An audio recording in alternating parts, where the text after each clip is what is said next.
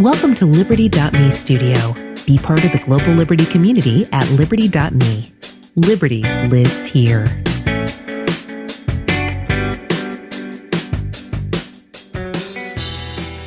Last time we left off with Lynn Ulbricht. We had done some episodes with Pamela Morgan, some other folks here at Liberty.me. But now we're back. We are broadcasting today live from North Bergen, New Jersey. It's Monday night, I think the 28th or the 29th of June. And tonight I'm joined by my good friend, Alex Heid of Hack Miami. Alex, thank you for joining me today. Thanks for having me on. Awesome. Okay, so why don't you give people a little bit of a background, or maybe I'll give people a background, actually. This is how I met you. Where were we? We were down in the Miami conference, right? Correct, the Bitcoin Miami conference. Cool. So I showed up at the Ethereum house, and this is right on the weekend when Ethereum was about to launch. They showed that really snazzy video, and there were just a bunch of dudes hanging out in a house that you guys rented in Florida. And you were telling me about Hack Miami. And I still remember you were telling me that you had been featured in Rolling Stone. And to me, I thought that, hacking was just, you might as well just said a jumble of words. I don't know what hacking is at all. But during the time that we've gotten to know each other, you've given me a little bit of an education. So that's why I wanted to have you on the show, because I don't think that people necessarily get to appreciate that. So why don't you give me a little bit of background, and we can go from there. Cool. Yeah, well, essentially, Hack Miami started off as essentially just a group of security enthusiasts who would meet up at a university and essentially study methods of offensive computing, ways to break into computers so that you can then defend them. Because you don't really know how to secure something unless you know how people are getting into them.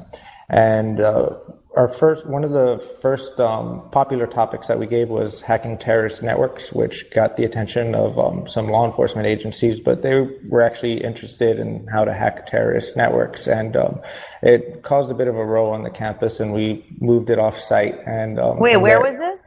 University of Miami? Florida International University. Oh, okay, where's that? In Miami? Yeah, in Miami. It's one of the other universities down there, and we started meeting up in pizza restaurants and any other place that would essentially have a projector, beer, and pizza. And we started meeting every 2 weeks, and it ended up becoming a regular thing where we ended up having a fairly large following and started attracting recruiters and information security folks from all different Fortune 500 companies. And the next thing you knew, we were throwing an annual conference, and then the conference got picked up in Rolling Stone. And we just did our third conference last year, which got featured on the cover of Society magazine in France.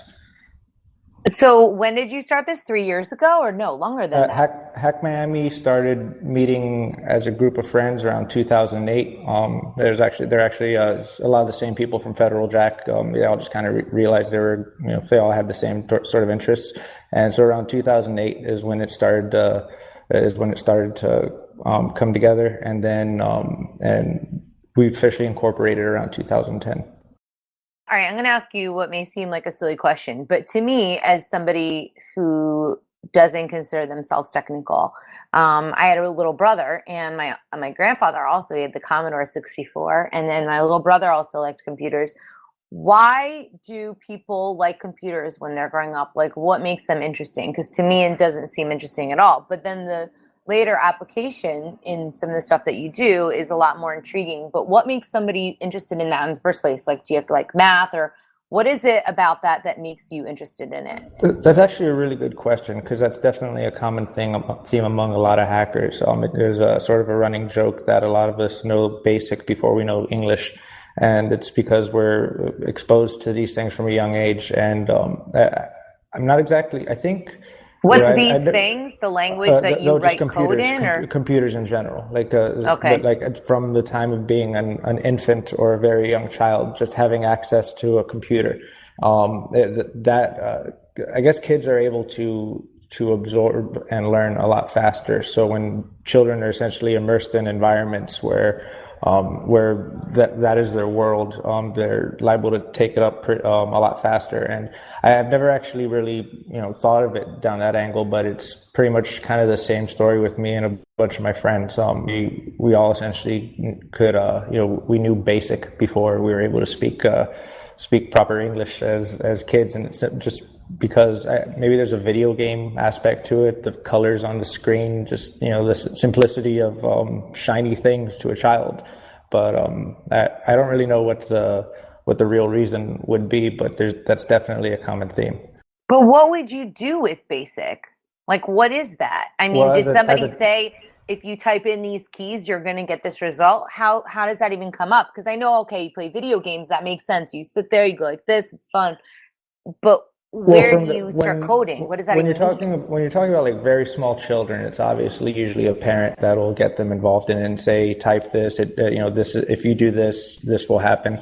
And a lot of times it's to, simply make video games. But as people are, for older folks who, even adolescents who get into it when they're teenage years, essentially they get into hacking as a way to make shortcuts for things. If you notice that you're doing the same thing over and over and over again on a computer, chances are you can automate it somehow. And that's where the concept of programming and scripting comes into play. So once you're programming and scripting and you realize that you can automate things, you realize you can also make it do more than just what it was intended to do, and start essentially pushing the boundaries of what you're allowed to do based on what the software defines as user permission. And then I guess it's there's kind of a rebel streak too, where you just kind of want to have unauthorized access and do things you're not supposed to do. And those all seem to be kind of staples within the hacking culture that have existed probably going back to since its inception in the 70s. But where do you go on the computer in order to do the hacking? Like how do you even access the place where you would type in these commands? Well, that would be the command line interface. So essentially, at the most basic level, there's two forms of using a computer. You've got CLI, which stands for command line interface, and then you've got GUI, which is the graphical user interface. Now, most of the world is familiar with the GUI. That's the point and click Windows-based operating system, or any kind of visual that you see on software. Whereas all a GUI is just a way to frame this code going on in the background that essentially isn't even being seen. It's just essentially a display for this code. And there's in the development world, you have programmers who will specialize in both back-end coding and front-end coding. Some people are very, very good at writing the parts of the machine that make it work, and other people are very, very good at making the parts of the machine that make it display. And then you've got the hackers, which are very good at finding out where those people made mistakes and then getting in and taking all the code, taking all the customers, and accessing the server and doing things with it that they're not supposed to do. All right. I think that was a pretty good explanation. Why do people... Okay. Have you seen the Silk Road movie? Unfortunately, I wasn't able to get to it during the weekend, but I've heard good things about it. Well, the Deep Web movie by Alex Winters, it's obviously about the Silk Road. In it, they talk a lot about sort of a freedom culture that exists in the Deep Web. Can you tell people a little bit about what the Deep Web is and how that interacts with hackers? And is it only hackers in the Deep Web? Or just kind of explain that to people. Yeah, essentially the concept of the Deep Web or the darknet, it's been... Are they the same? Because I heard that the darknet and the Deep Web are different. They're essentially, they're synonyms. Essentially, the darknet is the technical protocol for it. And deep web is just kind of a media word that's been thrown on top of it. And those words are heavily misused by everybody on all sides of the debate. Essentially, a darknet or a dark network is essentially any communication between computers that's using a customized protocol. So if I want one computer to talk to another computer and I don't want anyone else to see it or know what's going on, I would write my own custom encrypted protocol and make it connect to it in a hidden way. These have existed since computers have existed. Darknets have always been around. The Tor network is a type of darknet that has been made accessible to the public and very easy to use. And in addition to Tor, there's the I2P network, and as time goes on, more will emerge. But essentially the darknet is any any computer system network that cannot be seen without knowing where to look.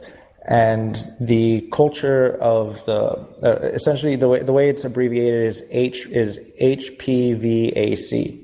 Hacking, freaking, viruses, anarchy, cracking, and sometimes they'll throw a W in there for wares. And that's the Argoist kind of crypto anarchist culture that's been around in the hacking world since back in the BBS days, which stands for bulletin board systems. So even before there was an internet, before there was such thing as a GUI, before when everything was just a terminal, hackers would have their modems dial in to bulletin board systems, and they would just exchange messages with other hackers. And oftentimes that would be they would buy and sell things that you couldn't get elsewhere, or they would trade information that you couldn't get elsewhere. So in a way, what was going on Silk Road and what's going on in other parts of the deep web have always been going on. The difference is the media attention that was brought to it, the law enforcement attention that was brought to it, the scale at which it happened, and then the new protocol that was being used, as opposed to... Well, it was pretty sophisticated, right? This was one of the most sophisticated systems of exchanging black market goods, period. Well, if you're a federal prosecutor, that's a great thing to say. I'm not a federal prosecutor. I'm very sympathetic to the mission, which to me, when people say the Silk Road, sometimes it has a negative connotation, but I don't think of it that way. I think of it as a way of making those markets a little bit less violent, right? But I don't know if maybe I guess there's shady stuff happens on the darknet. Oh yeah, on the darknet in general, anyone can just set up a hidden server. And as much as people like to say Tor is decentralized, it's not. The distribution of the communications is decentralized, but when you're setting up a service like Silk Road, you're still centralized. You have a central point that you have to connect to, and that's what ended up being its downfall. They were able to, through an error that was revealed, they were able to find out the actual physical location of the Silk Road servers, and that's what caused the seizure. And the software that was powering Silk Road, when it first came out, it was actually fairly rudimentary. It was riddled with vulnerabilities, and there's reportedly funds constantly being stolen out of it, and they had to be there was an ongoing evolution of it over a course of a couple of years to actually make it a solid platform. And at the end, it was never a solid platform. That's what contributed to its downfall, was the fact that an error message revealed where the server was located. So it wasn't so much that the software itself was sophisticated, it was that the ideas behind it was sophisticated. He had put together basically a libertarian themed marketplace, and what was neat about it, and is completely ignored by the media, is that essentially there was no violence that was allowed on the Silk Road. You could not hire a hitman. You could not even buy a weapon. They were completely separate other networks to engage in that type of activity. The only thing that was permitted was drugs. And I think you could buy a gun on the Silk Road. I don't know about that. Yeah, the Armory came out for the Armory. Essentially, the Armory is the sister site to Silk Road, which only existed for a brief period of time because the logistics of shipping firearms over state lines illegally was quite difficult. And it ended up shutting down on its own volition. So there was because again, libertarians, free Second Amendment. So there is a subsection of the crypto anarchist community that was into participating in that. But they were not on Silk Road. They were specifically told to participate in a separate section. And the reason for that is pure operational security.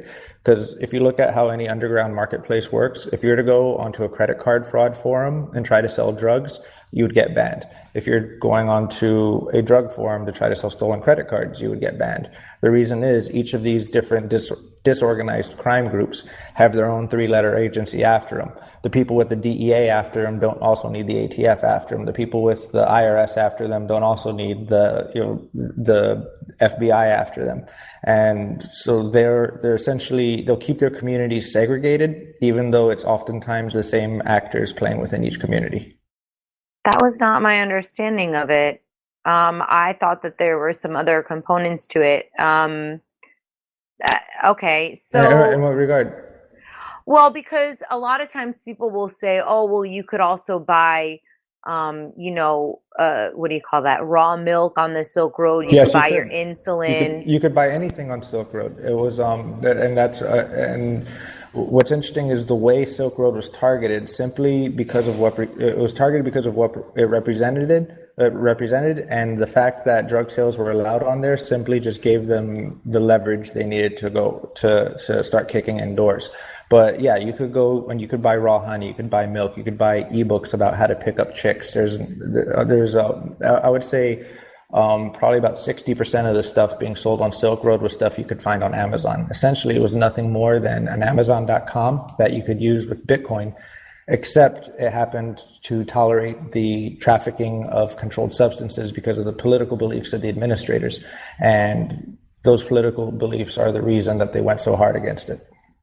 Well, I feel like it was pretty civilized, right? Because Yes. there For was all a intent, certain yes. code of conduct, and I was told that there was also a doctor that was available through the Silk Road. So if you were having some sort of an issue, I guess he would give users advice, and they would write him and say, what if I do this? So at least it would prevent needless overdoses and issues like that, where you would mix drugs and you would have dangerous cocktails, so to speak, because this guy would be able to help. Yeah, harm reduction was definitely a big theme within the Silk Road community, and beyond just the store, there was the Silk Road forums. I don't even think I think they got taken out with the raid, or maybe they're still around. I'm not even sure what the status of the Silk Road forums are, but that is where the majority of the discussions took place around the marketplace. That's where people would talk about who was selling what, who was ripping who off, who was legitimate, and for the most part, the people who are participating in a fully encrypted communication network where they very well know that there are risks involved, but but they're still willing to take this step because of their political beliefs. For the most part, they're pretty sophisticated technologically, and they're usually fairly advanced professionals. These aren't just junkies. It's hard for a junkie to scrape together enough Bitcoin to do anything with. Try to explain the concept of Bitcoin to to most people, and then you'll just get glassy eyes. And whereas this, it was full-heartedly backed by the political beliefs of the people who found it. And like all of these early Bitcoin startups, they grew to a scale beyond what they intended. It was mostly started off as what seems like an experiment that grew beyond anything that they were able to handle. Same like what happened with Mt. Gox. Whatever people's opinions are on what happened there, essentially the dude started something, it grew beyond his control, and bad things happened. The house of cards fell over. And that seems to be a running theme within a lot of Bitcoin startups, be they legal or illegal.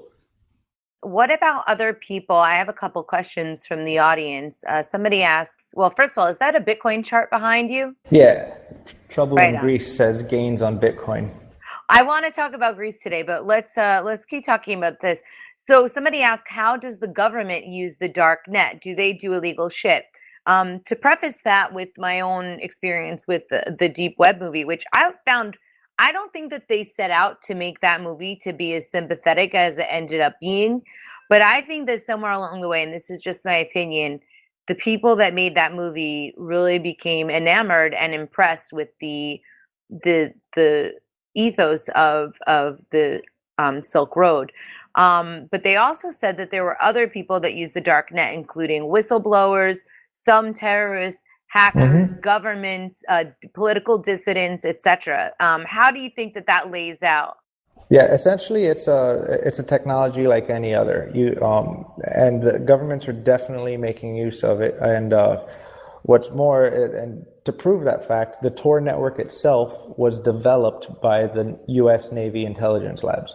The exact department that developed that created it was It was developed by Michael Reed for the purpose of U.S. intelligence communications online from the United States Naval Research Laboratory.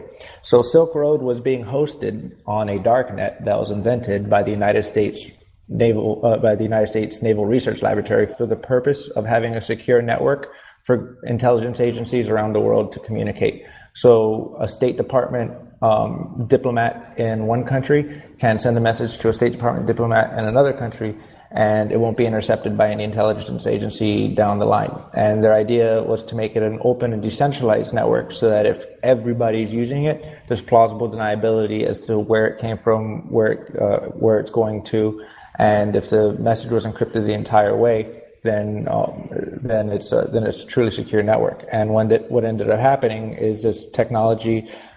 See, what year was this invented in? This was invented in the 90s.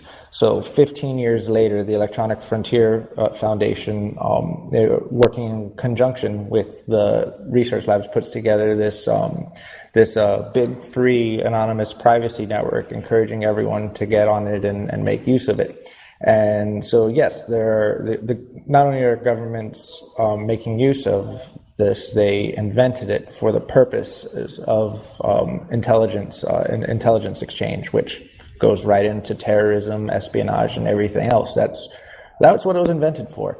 And then things like Silk Road come around and kind of counter what its original intents were. And but again, it's like any technology.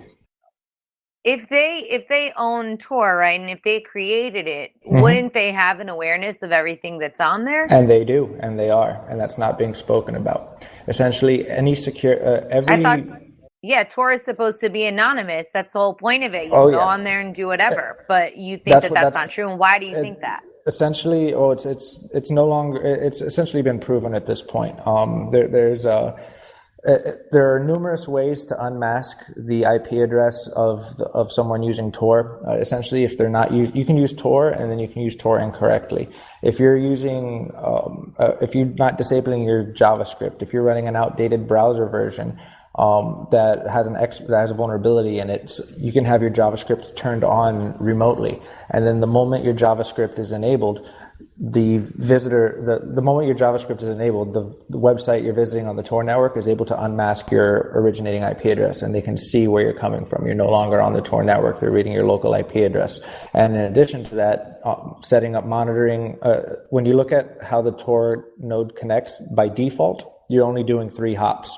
So you come in through, your traffic is encrypted, comes off your computer, goes into the first hop, passes to 2 more, and on the third hop, it's decrypted and sent out. So anyone who's running that third hop, that's known as an exit node. Anyone can set themselves up to be an exit node and just sniff that traffic, and you will see everything that's coming off of it in plain text. If the user's not specifically encrypting that traffic, anyone running an exit node can see that traffic. Now, let's say the user is encrypting it. Well, you just set up, anyone with enough processing power can set up several computers, basically take over a majority of the Tor network by having a number of, if you control the number of nodes in the Tor network, in other words, if you make a bunch of Tor machines using the cloud or whatever, everyone will start routing through your infrastructure. So now you've got the entry and the exit points. You're able to start seeing what traffic's going to where and where it came from, and you're able to see that initial hop that it came from. So there are many, many ways to unmask the Tor visitors on Tor, and confirmed there are many both public and private sector firms mapping out every single Tor node that goes online, offline, what time that happened, and monitoring every bit of data that's coming off the exit nodes as well. That's currently going on. What's JavaScript?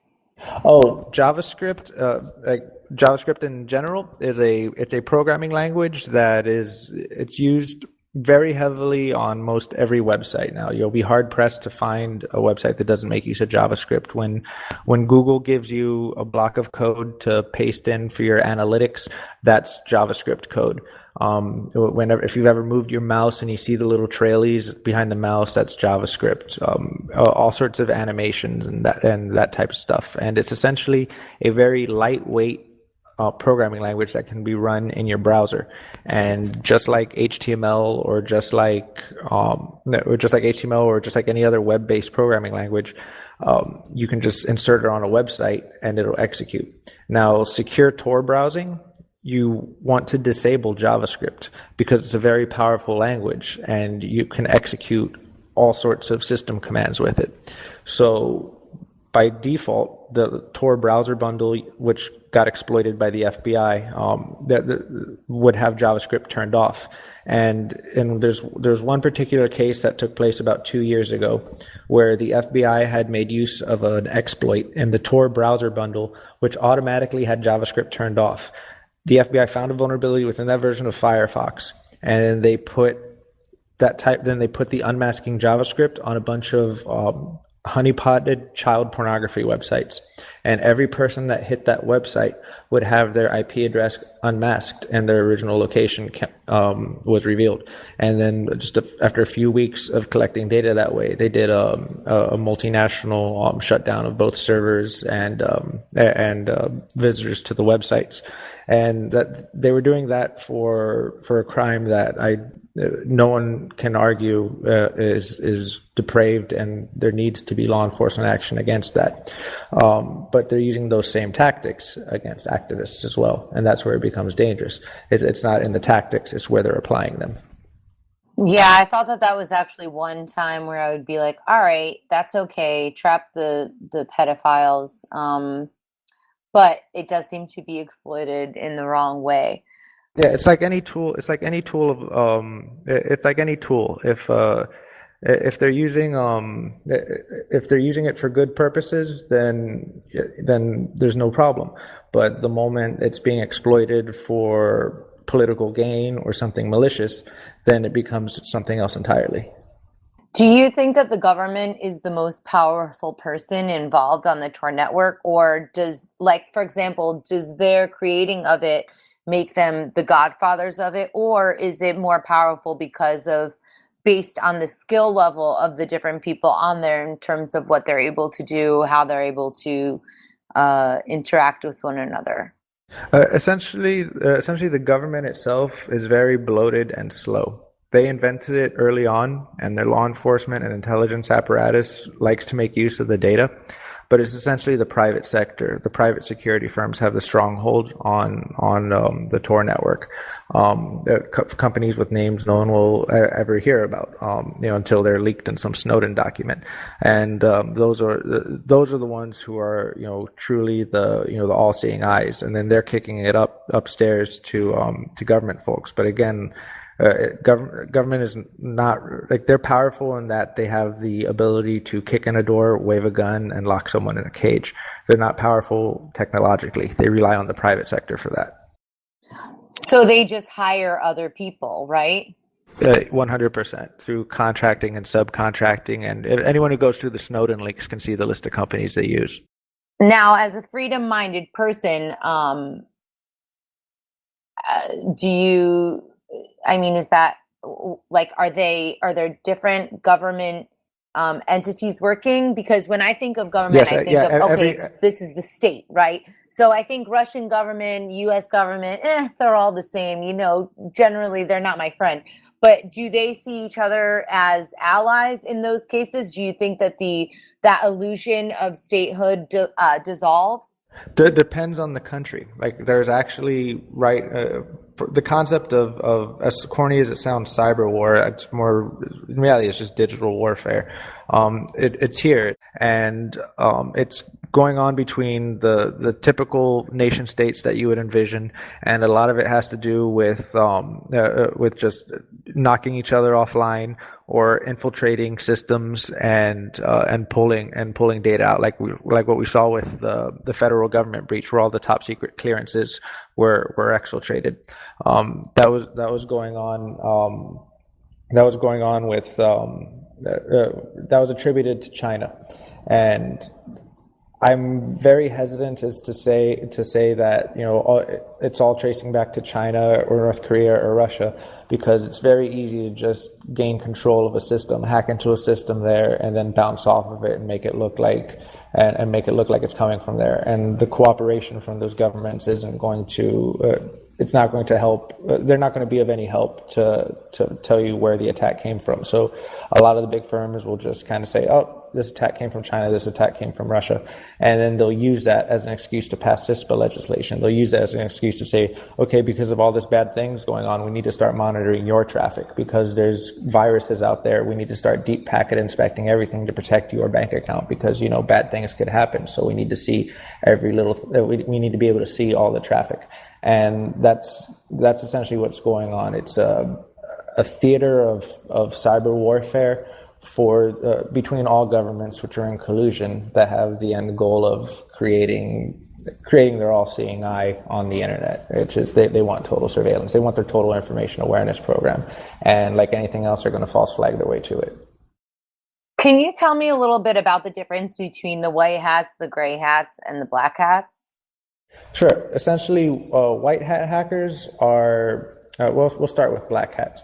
Black hat hackers are motivated solely by profit, or malicious intent. Like they want to get someone over on someone, or they just want to make some money, and they don't care who gets hurt along the way.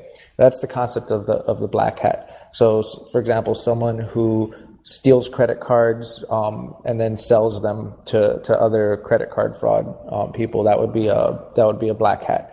And a white hat would be someone who has the same skill set as the black hat, only they're applying it to ethical and defensive reasons. So, for example, which has actually happened with me, I'm making a purchase on a website and I discover that I'm able to exfiltrate every single credit card on the website.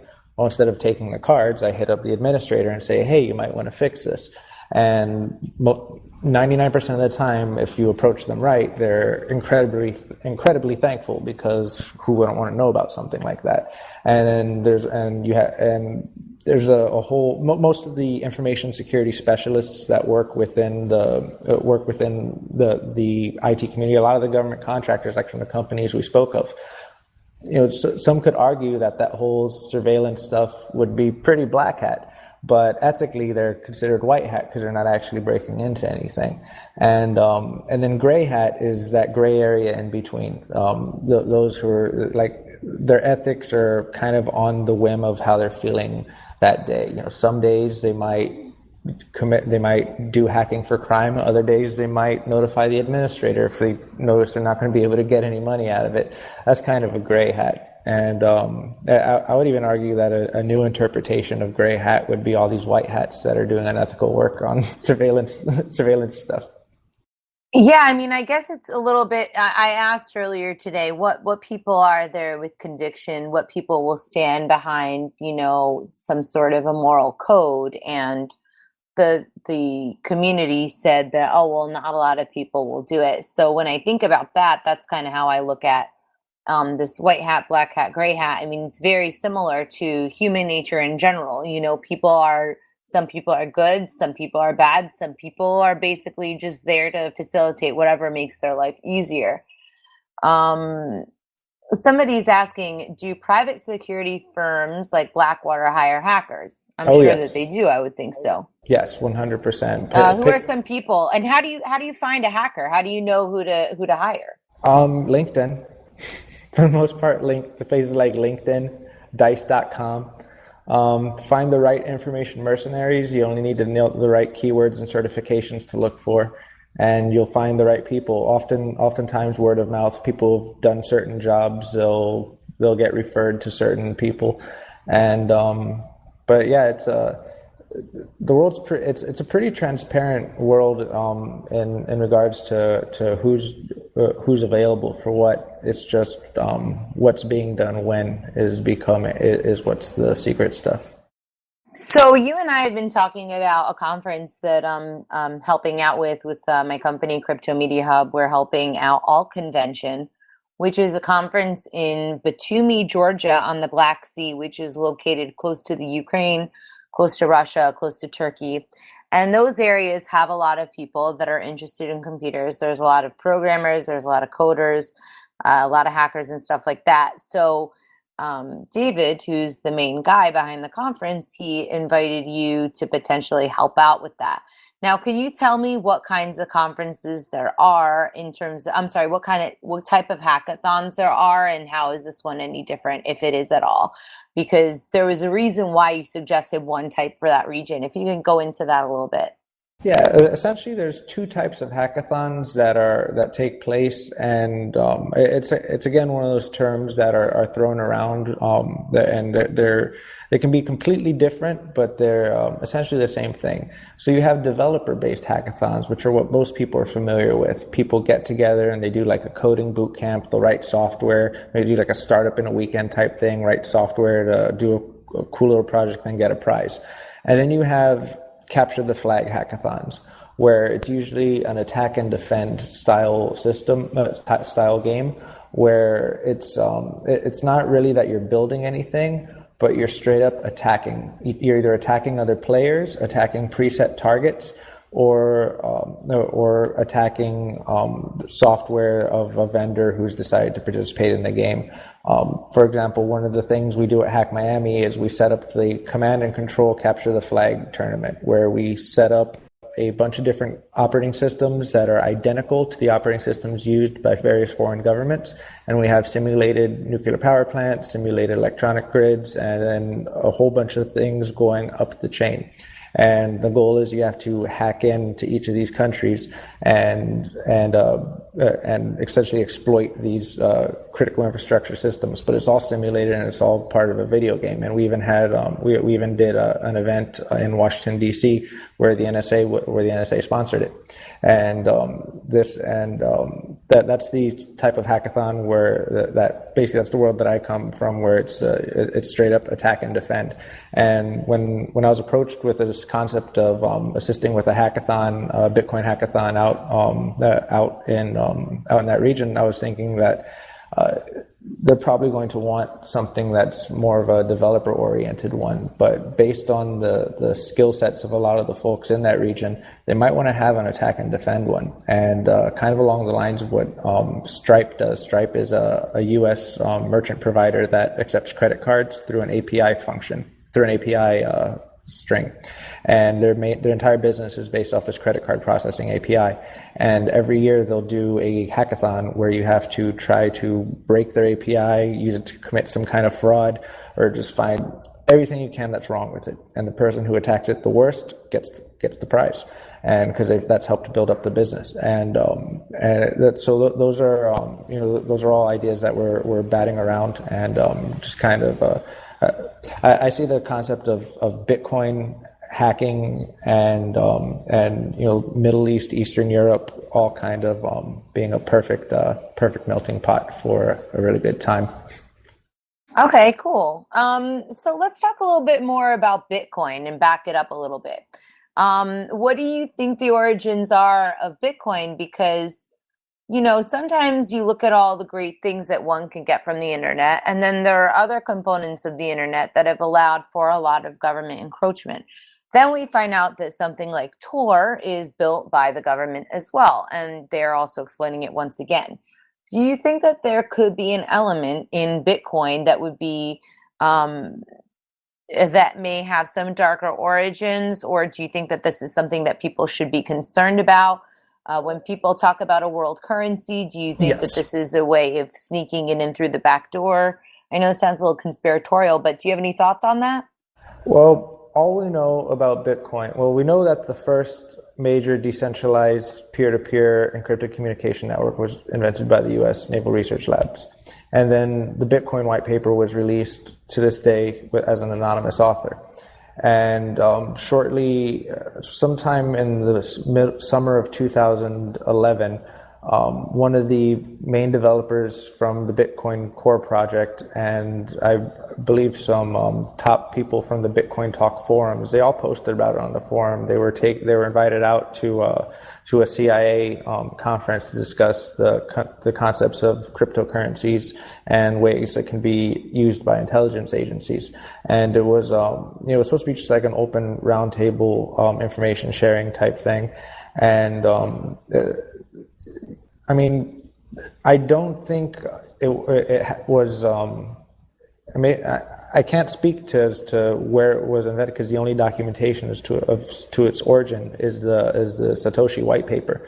But when you consider the concept of, the New World Order is never able to ram in any of their agendas by force. There's always resistance. It's always been by consent.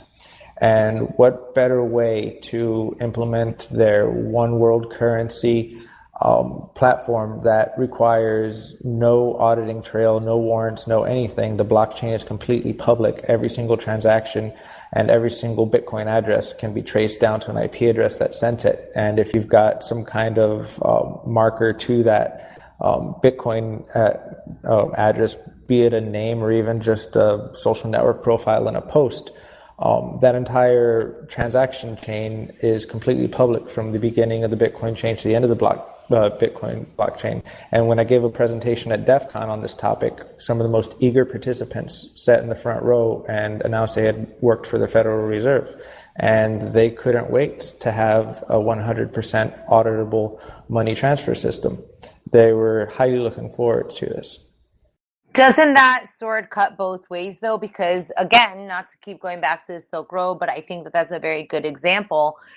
Two government officials have recently pled guilty. One of them, I believe, stole $400,000 worth of Bitcoin. The other one stole $800,000 worth of Bitcoin. People on a day-to-day are not participating in the mass looting and the mass crime that governments participate in every day with their little banking buddies and all their cartels and the money going from this hand to another hand.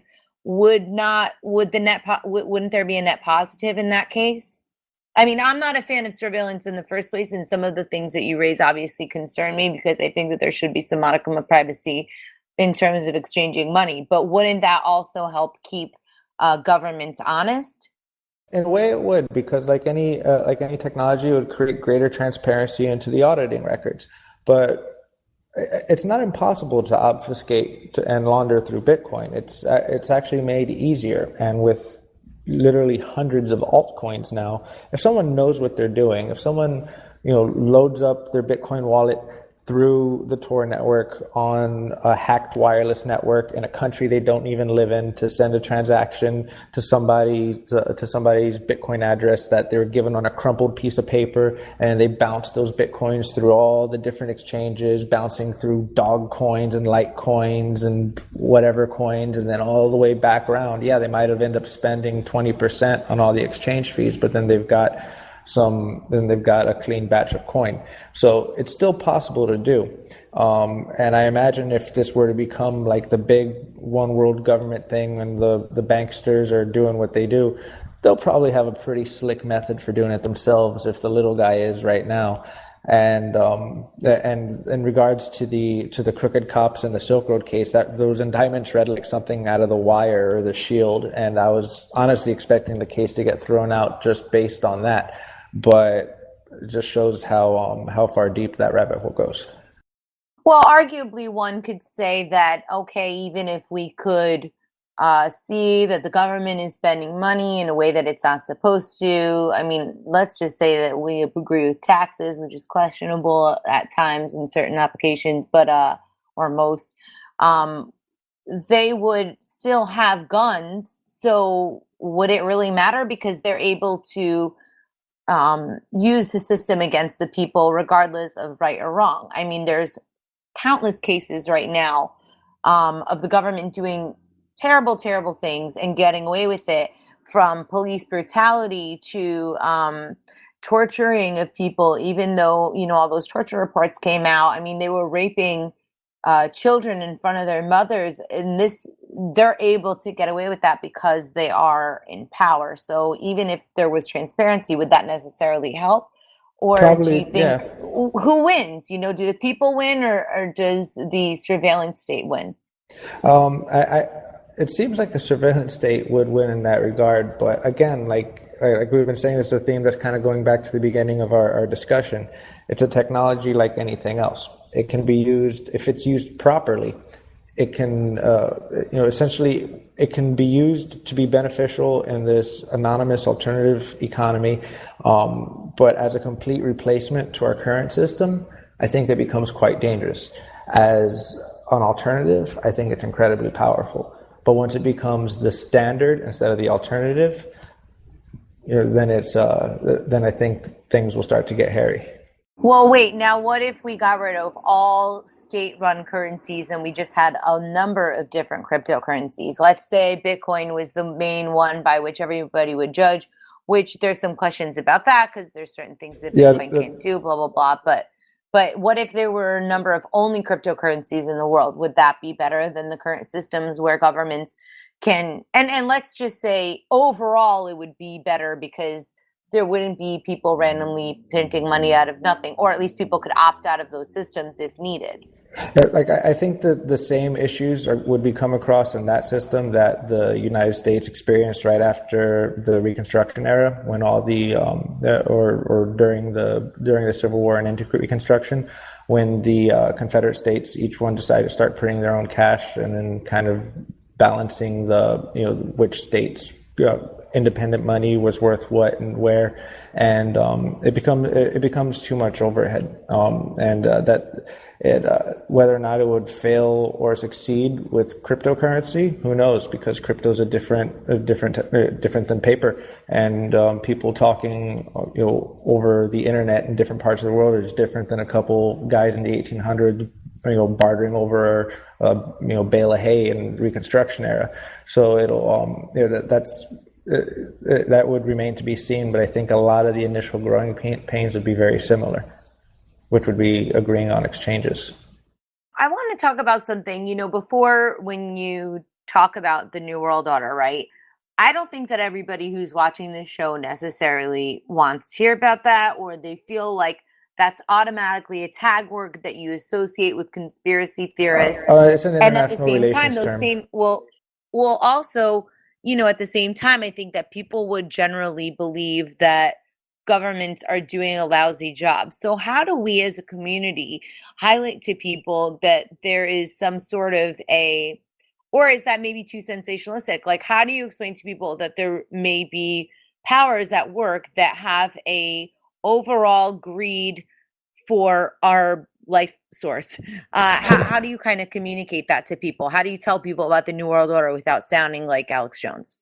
Yeah. Essentially, when I'm saying the phrase New World Order, I'm using it in the international relations context of the post-Cold War era, where governments, basically Bush's definition of the New World Order, the guy who came up with it. He says it's basically a state of affairs where where governments are able to work together and blah blah blah. So essentially, it's not the governments themselves; it's the corporations that own the governments.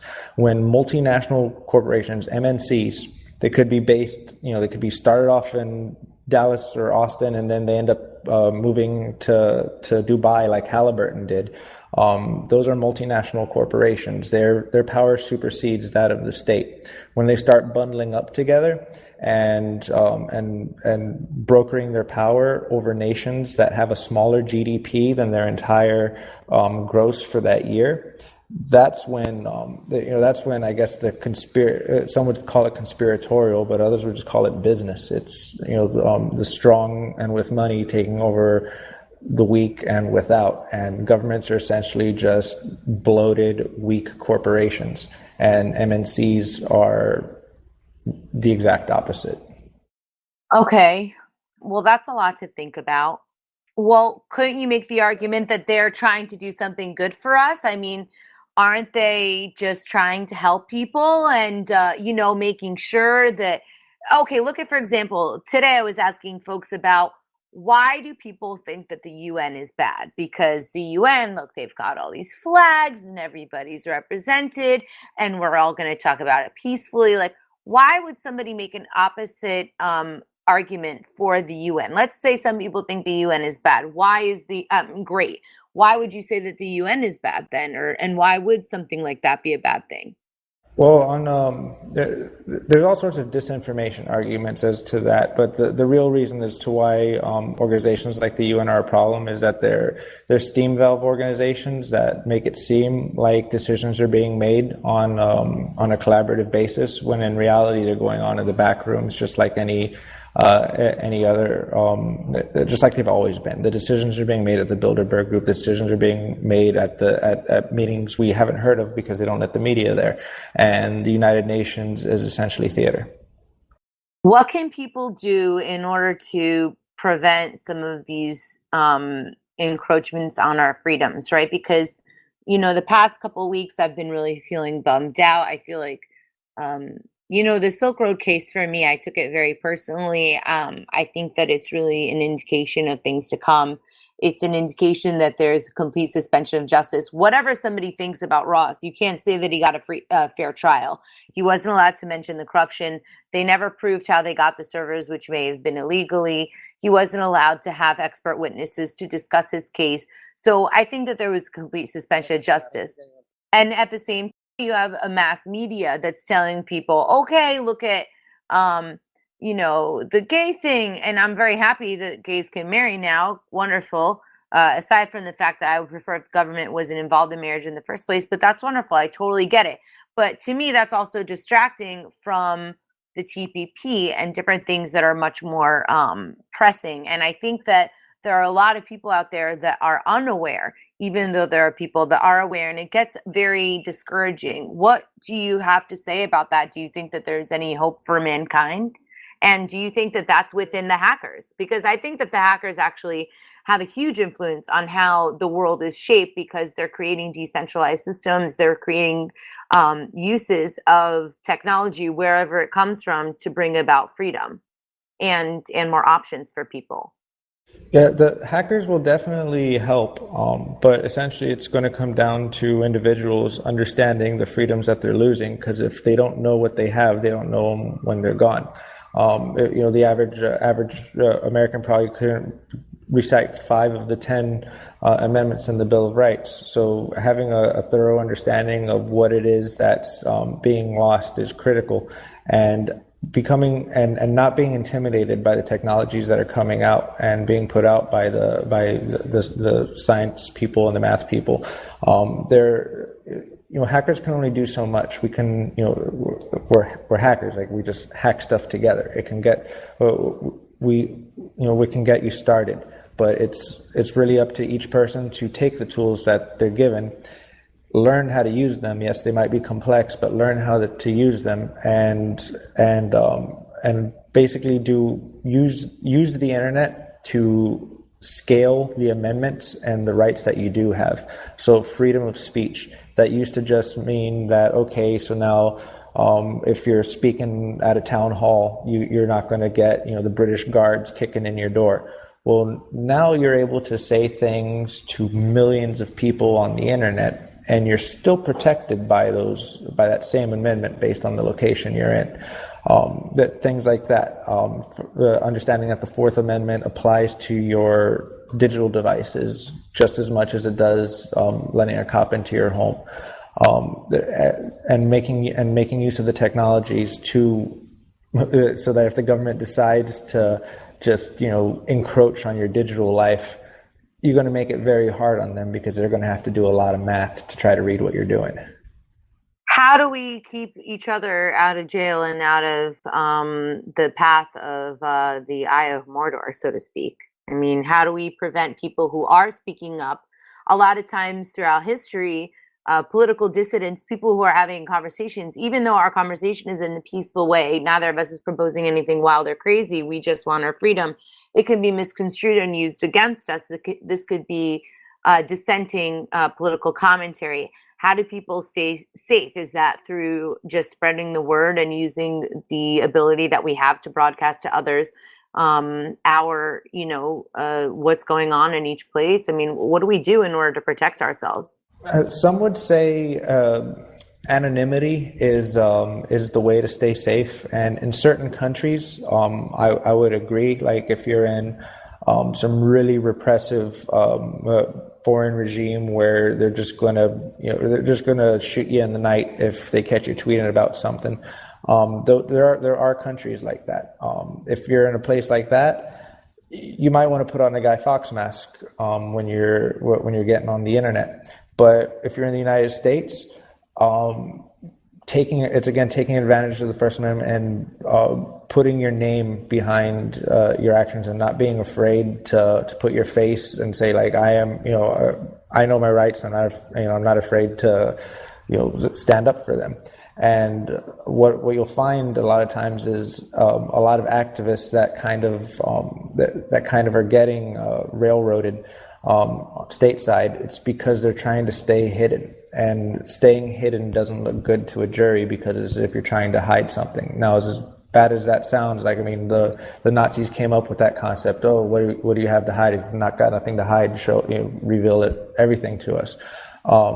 But aside from that concept, if as American citizens you maximize your First Amendment right and you put your name to that and you're staying within the letter of the law, that's incredibly powerful because there's nothing they can do to stop that. And the ideas you're spreading, they're not going to be stopped if they're good ones. And when they do end up picking up people unjustly, like they did with Weave, Andrew Auernheimer, the AT&T iPad hacker, or like they're doing with Jeremy Hammond, the person who's doing 10 years right now in Stratford in federal prison for hacking Stratford, and with DPR. These are all people who they're kind of going by aliases and stuff when they were doing what they were doing, and it didn't help. It basically gave the man something to chase. It gave them a cause to go after, and essentially, if you're just being portrayed as, if you're not going to directly affect the corporations that are really running things, you're kind of going to get left alone. And if you are messing with those corporations, then this is going to be like any other country, and it's going to be they play dirty. Well, let's say that Ross had not been anonymous. I mean, I don't think that let's see, he's the only DPR, which I'm not convinced of at all, but I don't think that would have been, he would have gotten in trouble for that even if he hadn't been DPR. Well, if he had done that with his full name, he probably would have been more restricted as to the items he allowed to be sold on the marketplace. There probably wouldn't have been a drug section. It probably would have been just all the other stuff. Would it have been successful? Probably not. Maybe just not to the scale and as fast as it was. But and again, the word success is relative as to how it turned out.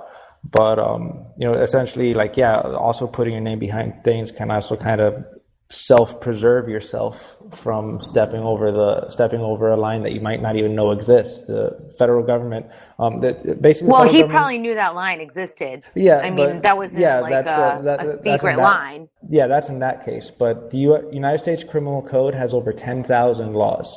There are over 10,000 ways for a federal agent to decide that they're going to arrest you for something. So that's why there's a great YouTube video by an attorney out there that says never talk to cops. It's just don't talk to cops, and it's got like millions of views. And he opens it up by saying there are over 10,000 ways that the police can arrest you.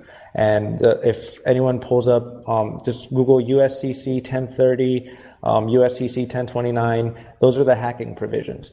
They extend down to the most minuscule, strange things that affect allegedly interstate commerce, because they're United States criminal codes and the United States commercial codes, and again, notice they're not laws; they're called codes. And this is the federal government, and it's incredibly dangerous, and this just we only got into this because I was talking about just like branding your activism with your name.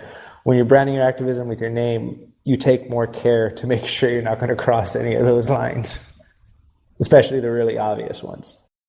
Well, I mean, I would think that it would be very difficult to avoid crossing those lines since there's so many of them that you're not allowed to cross. Yeah, it is, and even just the hurdles that a legitimate business owner tries to comes up against just putting together a normal company. Like if a business were to want to put together, if someone were just want to sell diet pills, for example, the amount of FDA regulation they would have to go through is insane. I mean, if a grocery store wants to sell raw milk, that'll get them SWAT teamed. It's very hard to operate. It's very hard to operate a business in a tyranny, and things like Silk Road helped that and made things easier. But due to operational security errors and debatable marketing choices, that's not how it turned out. Hey, before we wrap it up, I've got one more question from the audience. This is such a good, interesting episode. I'd love to have you back on soon, actually. Maybe we could talk a little bit about helping people stay secure. How do they keep themselves as much off the radar as possible? We could talk about some more of these things. We're also broadcasting to the Let's Talk Bitcoin audience, my people over there. Woo, woo. And they have a thing called secret word. So I'm going to let you pick out the secret word today. It could be a secret word or a secret phrase. So why don't you give me your phrase that we're going to use for this? Encrypted. Encrypted. Okay, good. In case people can't spell that, there's something called the dictionary. There's also Google, but encrypted. Okay, cool. I like it. Here's a quick question, and then we're going to wrap it up. We don't want to keep everybody too long, but somebody asks, can Bitcoin be stolen by hackers? That's very true. And we could do this as a teaser for next time, but how could people, really quickly, and then we could get into it more next time, but how can people, how do you steal someone's Bitcoins? Yeah, quickest way for me to explain it is to Google Alex Heid, Hack Miami, Bitcoin, and you'll find my 35-page white paper on that very topic. And I'd be more than happy to go into it in detail on the next show. All right. Well, tell you what, why don't we do that next time? We're gonna talk a little bit more about how to keep ourselves secure. This was such an interesting episode, Alex. Thank you so much for joining me. If people want to find out what you're doing, you're going to be with me in Alt Convention October 8th through 10th in Batumi, Georgia. We're going to have Ascribe doing one of the hackathons. I think you're going to help with the breakdown one. And where else can people find you? What's your Twitter? What's your website? Blah, blah, blah. Yeah, Twitter at Alex Heid, AlexHeid, and also at Hack Miami, HackMiami. Awesome. All right. Well, thank you, Alex Heid, for joining me here today. Thank you to Liberty.me for hosting me. Thanks to my lovely audience on Let's Talk Bitcoin for also checking out the show. Everybody, we'll be back next week. I don't know what's going to be on. We never really know. It's kind of a loose show. Thanks for checking in. Stay tuned to TatianaMoroz.com for information. My Twitter is Queen Tatiana. And my company, in case you want to advertise or market to the crypto space, is CryptoMediaHub.com. Thanks, everyone. Peace out. Bye. Thanks for having me on. Thanks for listening to Liberty.me Studio. The views expressed on this show are not necessarily those of Liberty.me. Join the global Liberty community today at Liberty.me. Liberty lives here.